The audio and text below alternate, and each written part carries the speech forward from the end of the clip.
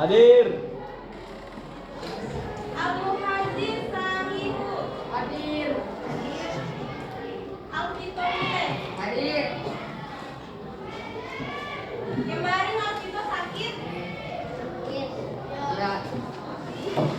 Oke, ada yang tahu judul materi kita pada siang hari ini? Ya. Materi apa?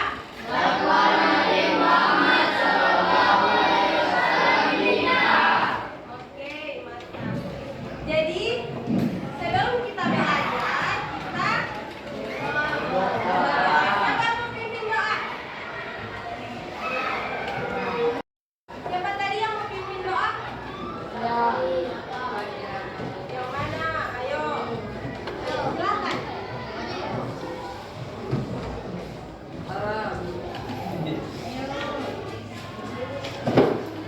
Sebelum belajar, marilah kita berdoa. Berdoa dimulai.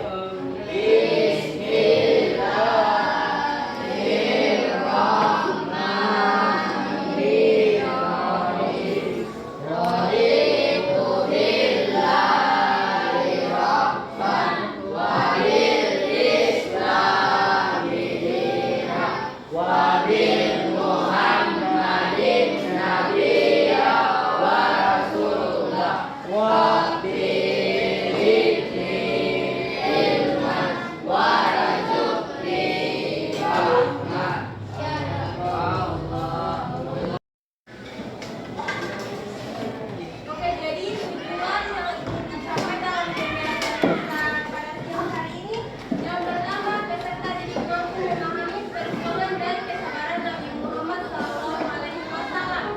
Yang kedua, peserta didik mampu meningkatkan kepedulian sosial dan kemanusiaan. Dan yang ketiga, mendorong pemahaman tentang nilai-nilai Islam. Dan yang kelima, dapat memotivasi peserta didik untuk meneladani akhlak mulia Nabi Muhammad SAW. Masih semangat? Ada yang tidak semangat? Jadi untuk menambah semangat kita pada siang hari ini, kita mau bagian dulu, boleh? Boleh. Ini Ustazah ada game. Ini untuk melatih konsentrasi dan motorik. Semua boleh maju di depan?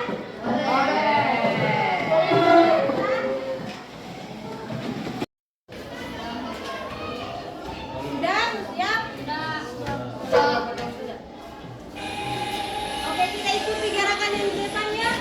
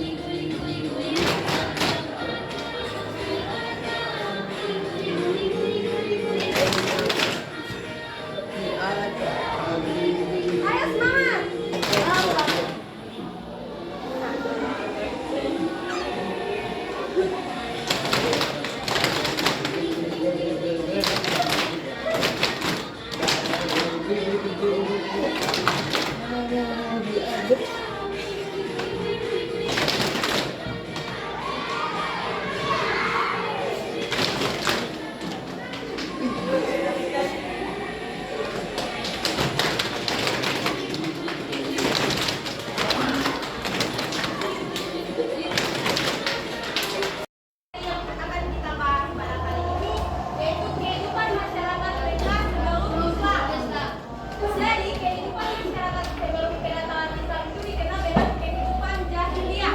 Apa itu masa jahiliyah? Masa kebodohan. Kenapa disebut masa kebodohan?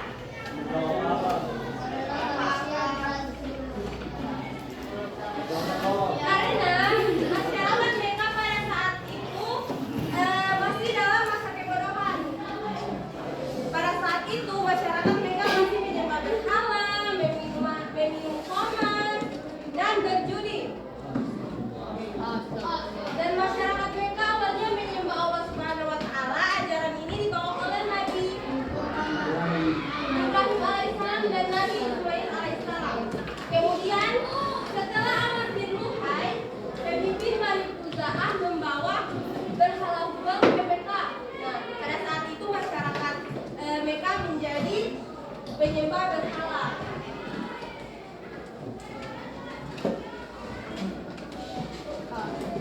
Ini adalah contoh gambar masa jahiliyah pada masyarakat Mekah. Ini gambar apa ini? Saya tahu? Berhala, orang yang menyembah berhala. Jadi berhala yang dibawa oleh Bani Khuza'ah itu diletakkan di dalam Ka'bah. Kemudian mengajak masyarakat Mekah untuk menyembahnya. Dan masyarakat Mekah pun jadi menyembah berhala. Selain berhala Hubal, mereka membuat 3 berhala lagi, yaitu Manat, Lata, dan Uzza. Jadi total ada berapa berhala pada saat itu? 4.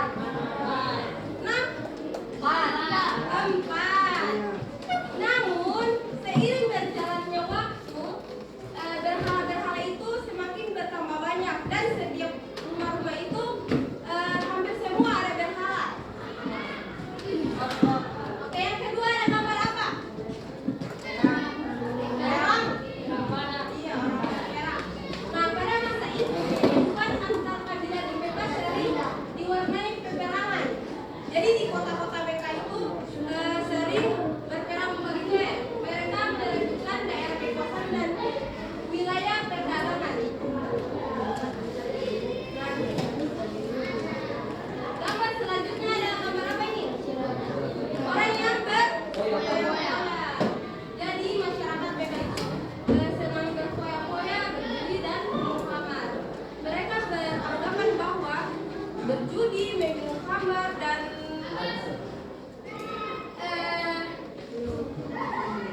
berfoya-foya itu merupakan bagian dari mengekspresikan kedermawanan masyarakat jahiliyah pada saat itu.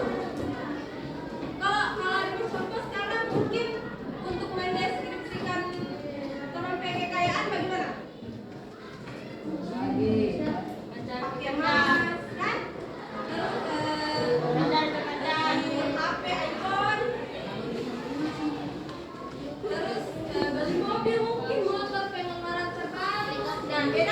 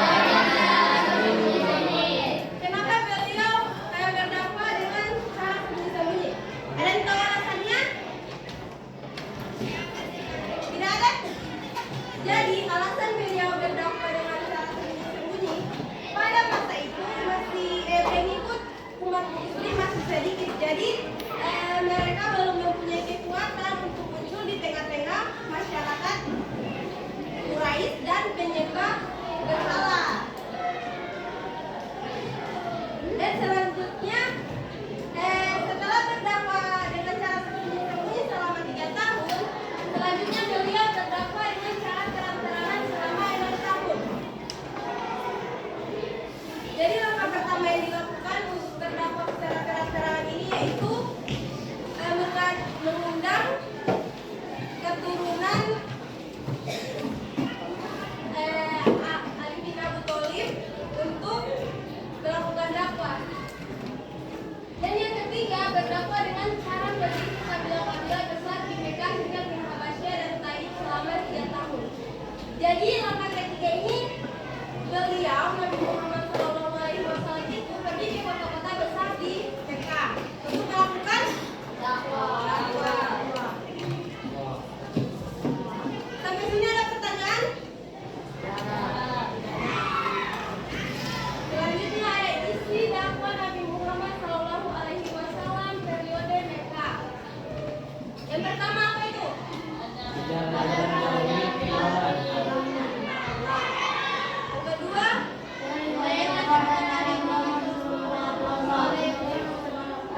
Ketiga.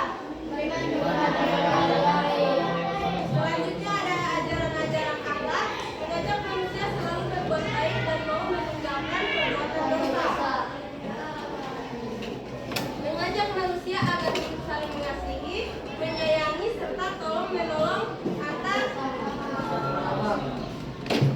Jadi kita harus mengikuti jejak Nabi Muhammad SAW. Jadi kita ini tidak boleh berkelahi, harus tolong menolong. Oke, boleh? Dilarang membunuh, menganiaya, berdusta dan mencuri. Mengajak untuk mengasihi fakir miskin dan yatim. Jadi tidak boleh ubah bully-bully, tidak boleh. Oke, sampai situ paham? Ada pertanyaan? Oke, selanjutnya ada Ustazah kasih tugas untuk mengetes pemahaman materi kalian pada siang hari ini. Ini ada lembar kerja peserta didik, tapi bagi 5 kelompok itu boleh?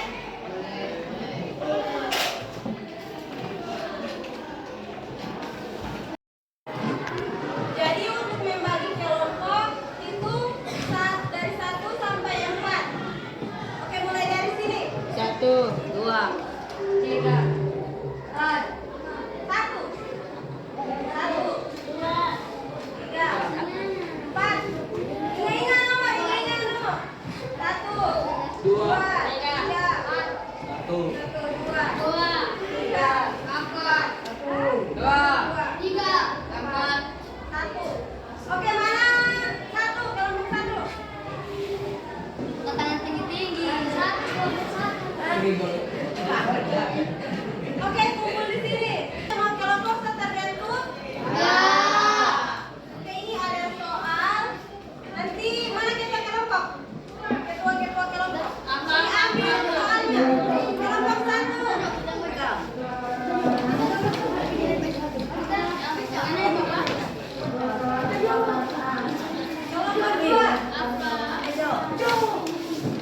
Kelompok 3.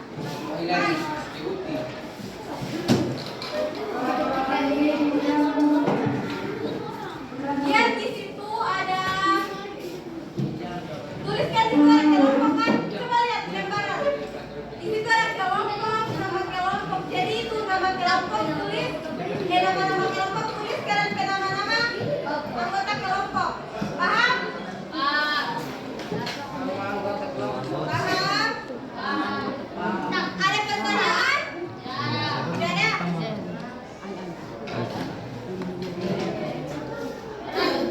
Oke, ayo kerjakan. Jadi dahulu kala pada zaman dahulu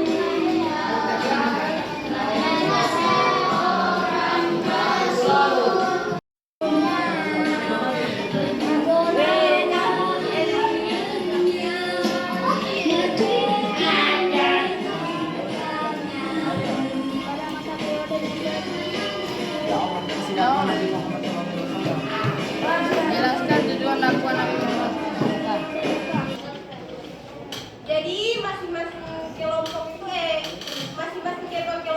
mempresentasikan jawaban. Jadi mangga ini kursi begitu. Kelompok kita mulai dari kelompok berapa? 3. Oke, mana contoh kelompok 1? Assalamualaikum warahmatullahi wabarakatuh.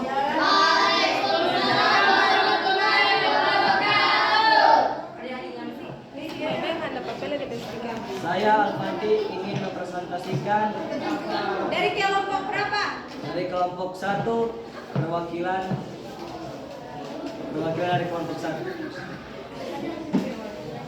Nomor 1, jelaskan tujuan dakwah Nabi Muhammad di Mekah. Jawaban: mengajak masyarakat Arab menyembah Allah Subhanahu wa taala, beriman kepada Nabi Muhammad sallallahu alaihi wasallam sebagai utusan Allah, beriman kepada hari akhir. 2. Bagaimana strategi dakwah yang digunakan oleh Nabi Muhammad sallallahu alaihi wasallam? Kedua, jelaskan tujuan dakwah Nabi Muhammad SAW di Mekah. Jawaban: Nabi Muhammad SAW diutus oleh Allah Subhanahu Wa Taala untuk Islam yang ditekankan oleh Nabi Muhammad SAW selama periode dakwah di Mekah. Jelaskan kunci keberhasilan dakwah Nabi Muhammad SAW. Jawaban nomor 2.